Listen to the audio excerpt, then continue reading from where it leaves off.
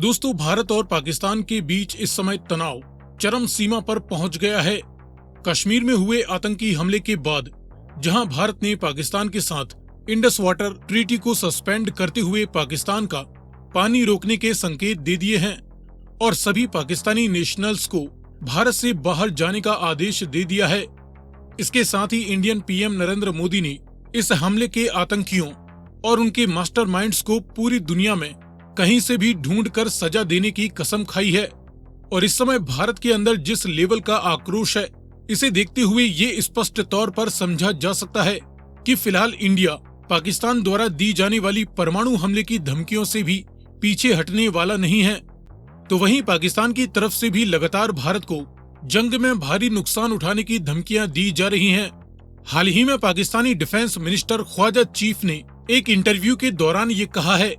कि यदि भारत हम पर हमला करता है तो हम भी भारत को उसी हिसाब से जवाब देंगे। लेकिन साथ ही उन्होंने इस बात को भी दोहराया है कि दुनिया को और विशेषकर अमेरिका जैसी महाशक्ति को इस मामले में हस्तक्षेप करना चाहिए, क्योंकि भारत और पाकिस्तान दोनों ही न्यूक्लियर पावर देश हैं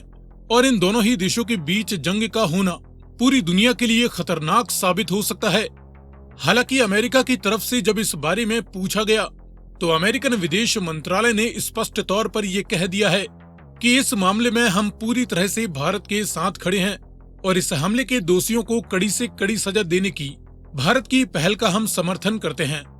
इन सब हालातों के मद्देनजर पाकिस्तानी गवर्नमेंट और मिलिट्री ने भी रिसेंटली एक हाई लेवल सिक्योरिटी मीटिंग को अंजाम दिया है, जिसमें उन्होंने अपनी फौज से ये जानकारी ली है कि क्या उनके पास इस समय भारत के साथ जंग लड़ने के लिए पर्याप्त गोला बारूद है या नहीं, क्योंकि उसी के हिसाब से ये आगे चाइना और टर्की जैसे अपने सपोर्टिव देशों से और अधिक फायर पावर की डिमांड कर सकते हैं। तो वहीं दूसरी ओर भारत के पास इस समय गोला बारूद की कोई कमी नहीं और ऊपर से American vice president JD Vance ने तो हाल ही में भारत को अपने बेहतरीन F-35 फाइटर जेट्स बेचने का ऑफर दिया है और रशिया, इजराइल, फ्रांस जैसे देश भी भारत के एक इशारे पर भारत को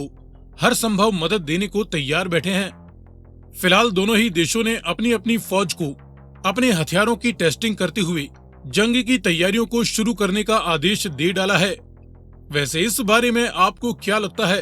अगर जंग हुई तो किस देश को ज्यादा नुकसान उठाना पड़ सकता है? अपनी राय कमेंट में लिखकर बताएं।